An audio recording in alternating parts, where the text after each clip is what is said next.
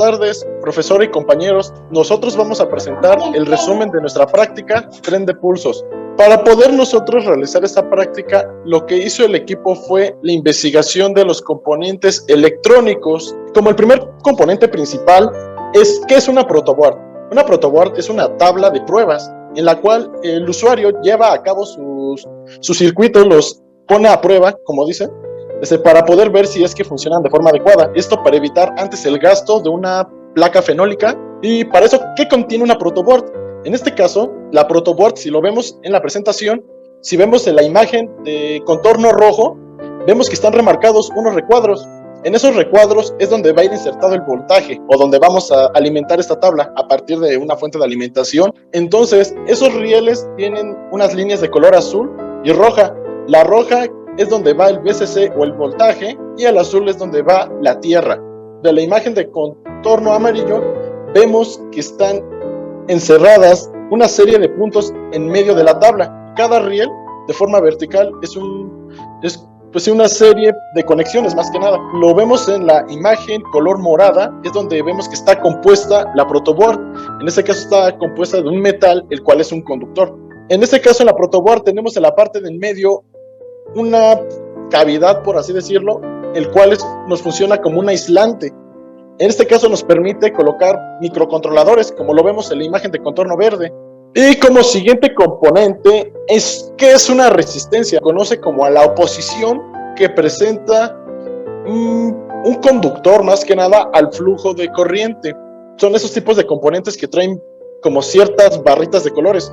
Entonces, para poder interpretar esas resistencias, tenemos un cuadro de valores de colores.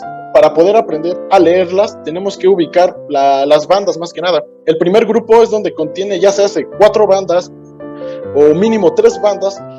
Como segunda composición de la resistencia tenemos 2 bandas o una banda, los cuales nos indican la tolerancia. Para poder leerlas vamos a avanzar desde la primera banda, vamos a identificar el color, dependiendo del color vamos a tener un dígito y así avanzaremos hasta la segunda, que en este caso si se tratase de una resistencia de 3 bandas en primer conjunto, sería el segundo dígito, el cual formaría un número si uno junta esos 2 dígitos. La tercera banda nos sirve más que nada como multiplicador. Ya se puede multiplicar por 10, por 100, por 1000, y al momento de multiplicar los 2 dígitos ya unidos con el multiplicador, nos va a quedar el valor de la resistencia. En este caso, en la imagen de color de contorno verde, tenemos representación de una resistencia. Como tercer componente tenemos, ¿qué es un LED? Un LED se le conoce también por sus siglas, diodo emisor de luz, que son diodos semiconductores capaces de emitir luz, los cuales están compuestos, como se ve en la imagen, por un ánodo y un cátodo. El ánodo se representa, si lo vemos físicamente, es la patita más larga que tiene el LED. En el caso del cátodo, que es el polo negativo, lo podemos reconocer ya sea físicamente por la patita de menor tamaño, o en ese caso, si lo vemos en la imagen, tenemos como un corte en el LED, o sea, en el cilindro. Hay como una parte plana, es ahí donde se ubica el cátodo. En la imagen de contorno roja, presentamos más que nada el circuito de cómo es que se debe de conectar un diodo, ya que estos presentan una polaridad. Como cuarto componente, tenemos a los circuitos integrados o microcontroladores. En la imagen verde encontramos la representación del microcontrolador 74LS245, en la amarilla, la del 74LS244. En el caso de sus diagramas, los tenemos en la imagen de contorno rojo y alcanzamos a ver que tiene 20 pines, los cuales podemos hacer diversas conexiones, entre ellas la de voltaje y la de corriente para hacer que se funcione. En ambos microcontroladores, si nos damos cuenta, llevan 2 letras, que es LS. Esto quiere decir que tienen una tecnología TTL, la cual es lógica transistor a transistor, el cual es una combinación de la L, se podría decir que es de bajo consumo de energía, y de S, que se abrevia Schottky, el cual es una alta velocidad, así se le dice. Entonces, si nosotros vemos los datos de especificación del microcontrolador, ambos pueden tener una alimentación mínima de 4.75 volts y una alimentación máxima de 5.25 volts. Bueno, en el caso del microcontrolador 74LS245, es un transceptor de bus octal, el cual nos permite la transmisión de datos del bus A al bus B y viceversa. En el caso del con microcontrolador 74LS244 es un controlador de línea y un buffer octal con salidas de 3 estados. En ese caso, lo que nos permite es mejorar el rendimiento, además de que le permite al usuario combinar más que nada las salidas inversoras y no inversoras. Jumper es un dispositivo electrónico que se sustenta de dos patitas que se conectan al circuito eléctrico cerrándolo para que pueda circular la corriente. Es muy antiguo y casi ya no es usado, pero tiene dos usos principales. Uno es en la placa base, se utiliza para resetear la misma placa base. Simplemente cuando el circuito no tiene corriente, lo desconectas de unos pines que tiene. Lo primero es identificar en la placa base el jumper, lo segundo es retirarlo y lo tercero es conectar la corriente. Después reconectar el jumper y la placa base se reseteó. El siguiente uso es en el disco duro, y la manera en la que ejecutamos la acción es similar a la placa base. Simplemente en la parte de abajo del disco duro hay unos pines en los que está colocado el jumper, y dependiendo de la posición en la que esté el jumper, corresponde la función que tiene el disco duro en ese momento. El siguiente dispositivo, el microprocesador.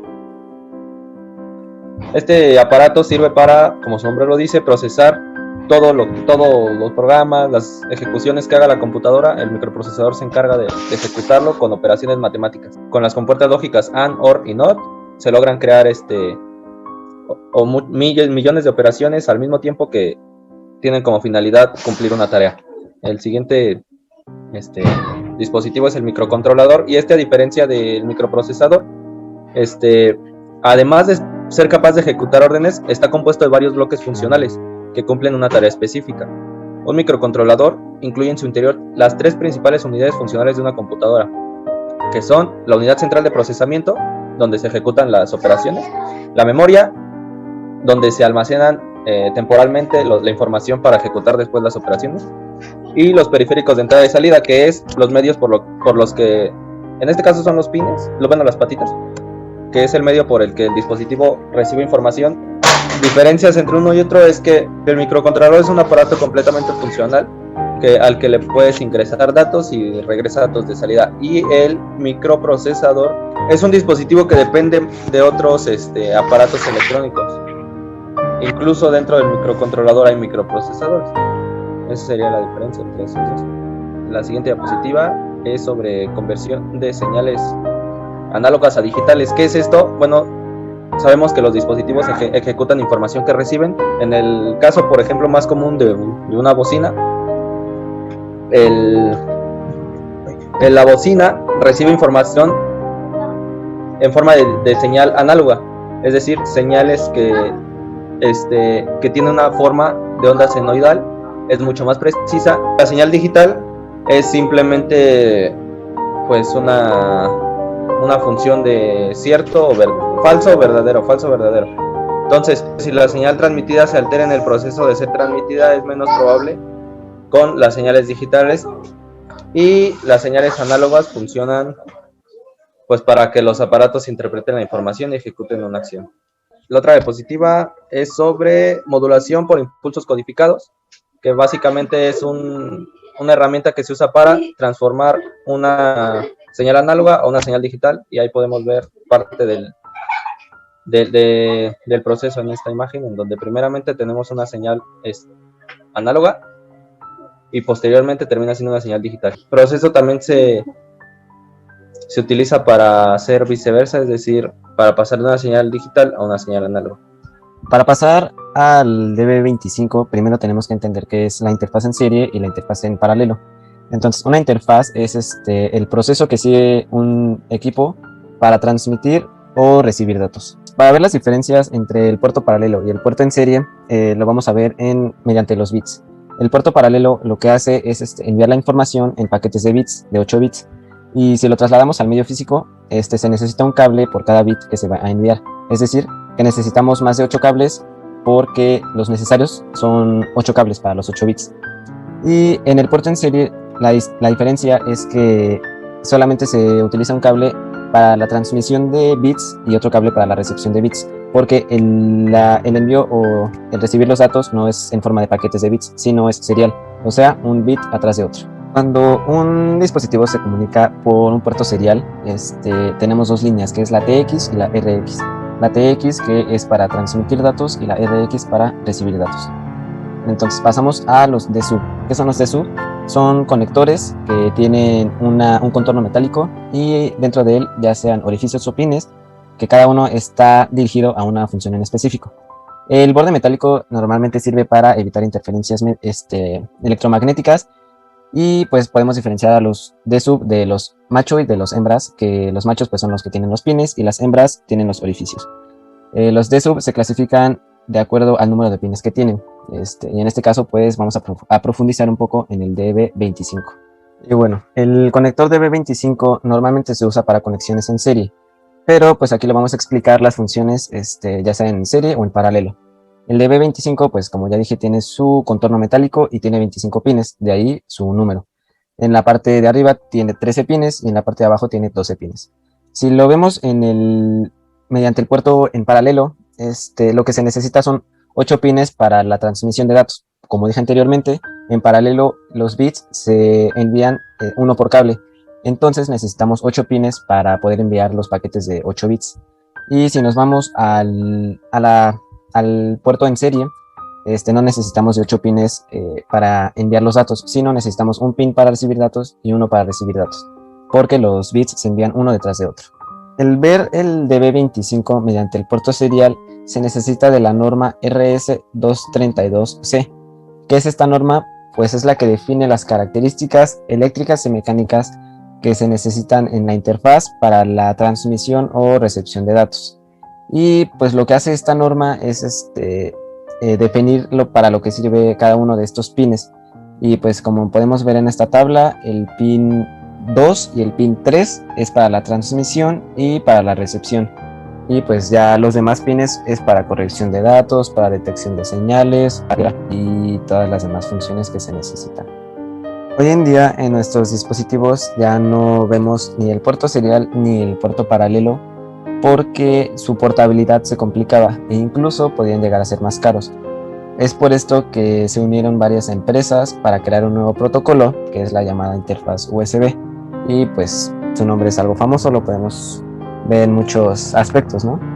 Que es la interfaz USB, pues es un nuevo protocolo que definía cables y conectores para los dispositivos, y esto pues permitió economizar y facilitar el intercambio de datos. Para concluir, la electrónica es una parte fundamental en cada día, puesto que nos hace ver un mundo más moderno y accesible para cualquier tipo de persona. Nos hace analizar que todo lo que tenemos enfrente es gracias a la evolución de esta disciplina. Bueno, esto sería todo, compañeros y profesora. Muchas gracias por su atención.